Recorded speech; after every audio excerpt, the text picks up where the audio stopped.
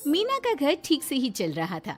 मतलब अब सास और बहू दोनों कमा रही थी, खुद की जिंदगी जी रही थी, मिलजुल कर रह रही थी।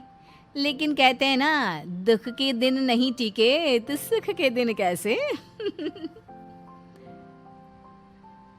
अरे मंगलू, कहाँ है? कितने दिनों से गांव नहीं आया माँ की खोज खबर लेने। तभी मीना आ जाती है। अरे दादी साहब, कैसे आना हुआ? बताया नहीं, हम स्टेशन आ जाते।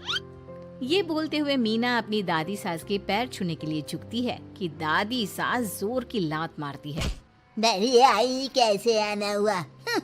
मेरे पति का मकान है ये। और तेरे बाप ने क्या दिया जो तू पूछ रही है, हैं? और ये क्या पहना है? न साड़ी न सर पर पल्लू, बात बात पर जबान खुलती है। दादी सास बोलना रोक ही नहीं रही थी। मीना को गुस्सा आने ही वाला होता है कि उसकी सास आ जाती है। क्या बात है मीना, कौन चिल्ला रहा है? मैं हूँ मंगलू की दुल्हन। बहुत चपर चपर कर रही है ये मीना बहू। इसकी जुबान पर लगाम लगवा ले। मम्मी जी, मेरी बहू है, घोड़ा थोड़ी ना है जो लगाम लगवा दूं। तभी वहां मंगलू यानी कि मीना का ससुर आ जाता है और मीना की सास को एक जोर का तमाचा लगा देता है। वाह, जुम्मा जुम्मा 2 दिन हुए नहीं कमाना शुरू किए, मेरी माँ के सामने होशियार बन रही है। मैंने बुलाया है माँ को, ये रहेंगी तो कम से कम इस घर की औरतें औकात में रहेगी। अरे जब से कमा रही है सर पर चढ़कर नाच रही है। चिंता न कर मंगलू, मैं आ गई हूँ ना। दोनों को लाइन में लगा कर रखूंगी। दोनों बहू ने मेरे मंगलू की जिंदगी खराब कर रखी है। तभी वहां पोता यानी कि मीना का पति आ जाता है। पोता जो कि दादी का दीवाना था। दादी दादी, मुझे क्यों नहीं बताया कि आप आने वाले हैं? मैं गांव आ जाता कार लेकर आपको लेने। अरे तू तो जानता ही है, कार में बैठ नहीं पाती। पता नहीं, बहुत दिनों से लग रहा था कि तू और मंगलू परेशान है। आज मन नहीं माना तो आ ही गई मैं। देख, यहाँ आकर पता लग रहा है। क्या पता लग रहा है दादी? यहाँ तो सब ठीक है, किसी को कोई परेशानी नहीं है। क्यों माँ, क्यों मीना, क्या हो गया? इन दोनों को क्यों परेशानी होगी? इन लोगों ने तो परेशान करके रखा है।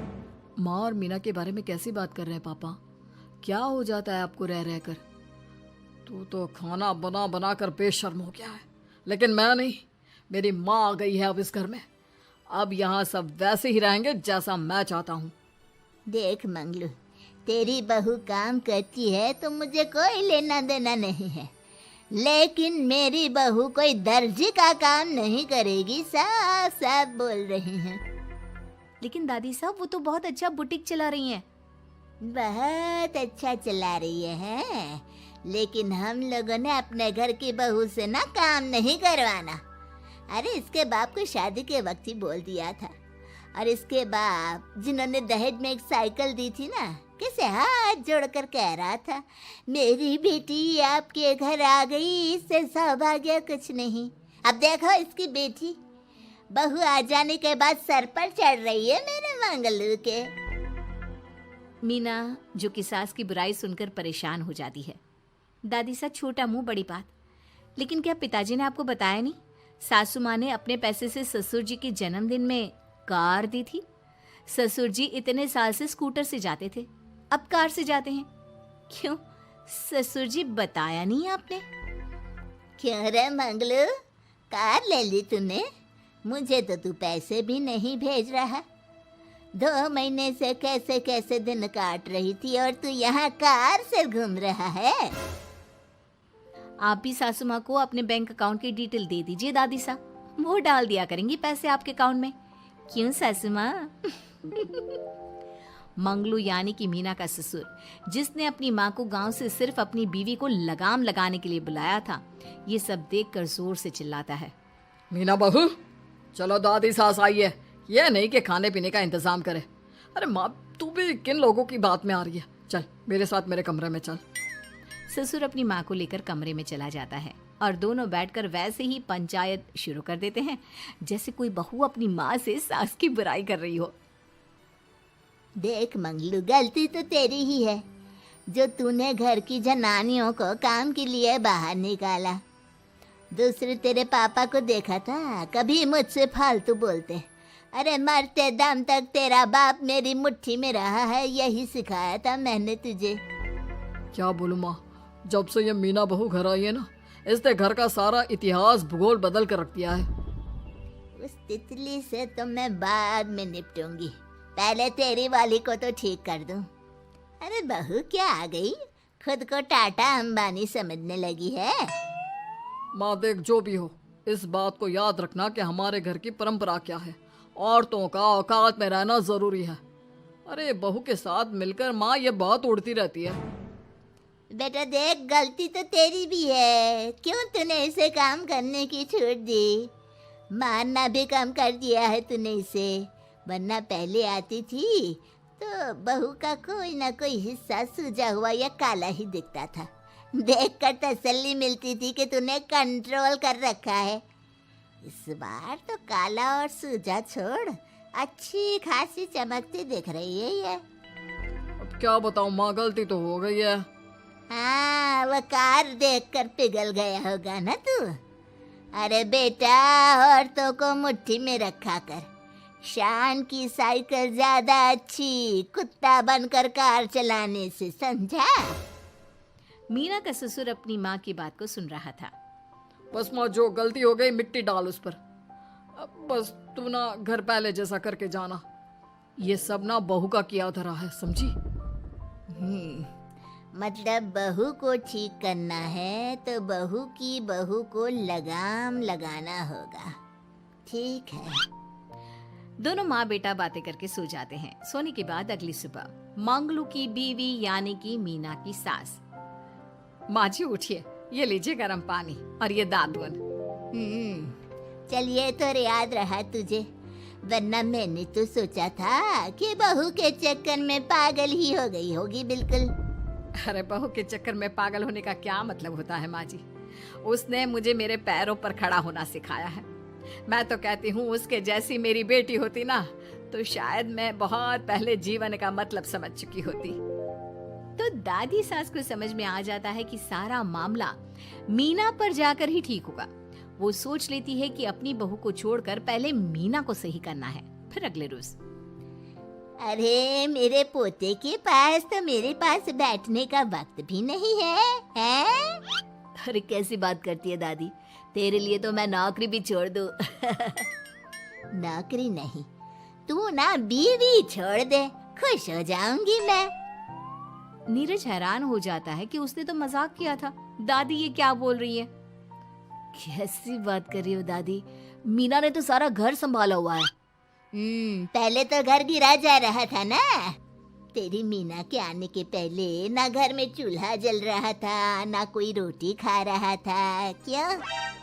नीरज को दादी बीवी के खिलाफ खूब कान भरती है। तू सही कह रही है दादी, औरत पैर की जूती और हाथ की मुट्ठी में ही ठीक लगती है। मीना ने ना सिर्फ घर का माहौल बिगाड़ा, माँ को भी पिताजी की इज्जत करनी छुड़वा दी। अब ठीक बोल रहे हो, घर को बिगाड़ने की मेन जिम्मेदार तो मीना ही है दादी। अभी उसे ठीक किए देता हूँ। तभी वहाँ पिता भी आ जाता है। देख बेटा, तो रोटी कम खाना मंजूर, लेकिन इन औरतों के आगे झुकना मंजूर नहीं। तेरी दादी ने घर की परंपरा बनाकर रखी, मजाल कि मेरा बाप मेरी माँ के सामने कुछ कह लेता। पर पापा एक बात पूछनी थी। रहने बेटा, तू ना कंफ्यूज है जीवन में, तू ना कंट्रोल कर पाएगा अपनी जनाने को। मंगलू, मेरी तो टिकट ही करा दे गाँव की। तुम लोगों के घर तो मर्दों की कोई इज्जत ही ना है, और ये मेरे घर की परंपरा ना है, मैं चली।